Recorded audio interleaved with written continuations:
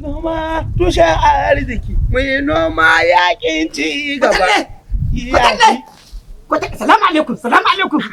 Salamu alaikum. Me fa sha rubutu da na gane ka fa na san bakin ga naka akwai dumi. Kai, albishirinka fitar ne. Albishirinka Goro, ajiwanga. ko goro fari kwal. To mutunanka, Na'am. masoyin mai girma gwamna. To, Masoyin Mariya Aminu Waziri Tambuwal. to aya. Na wane gari? Na yabo. To, wallahi du yabo gudana. Shi na sarkin samarin yabo Atiku. To shi ne ka magana. Eh, Atiku sarkin samarin yabo. na'am. Yanzu ya daga daga sarkin samari ya koma sarkin yakin yabo. Tsakanin kar Allah. Alhamdulillah. Wallahi ya koma. Yanzu kallikawa ta ci gaba. Ta ci gaba. Yanzu sarkin samarin yabo Atiku shi a sarkin yakin yabo. To kai ko duk wanda tare da mai girma gwamna Aminu Waziri Tambuwal wanda tare da Mariya. Har shi ai ko ce ta ga sai ya daga Magana ko ta shi ƙare. sai ya ci gaba. Ka san ƙungiyoyin da yake rike da su na matawalla yawa gare su. A'a, wallahi.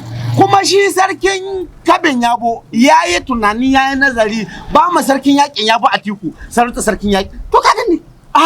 Iko sai Yanzu Allah. sarauta ta yi sarauta Atiku ya koma sarkin yakin yabo. Ya rubutu. Na'am. Gobe ka can min gida na yan baka damin dawa. Ka bari da Wallahi.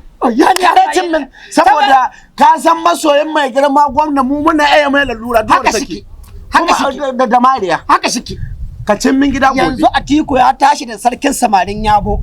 Ya koma sarkin yakin yabo. Yanzu di ba gani ko kungiyar ga arewa media rights da kai.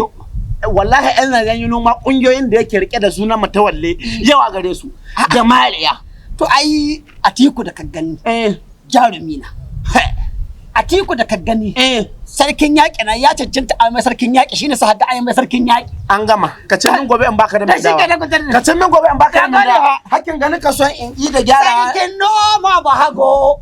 Atiku ya baka da Na gode ha. Yawwa sha rubutu.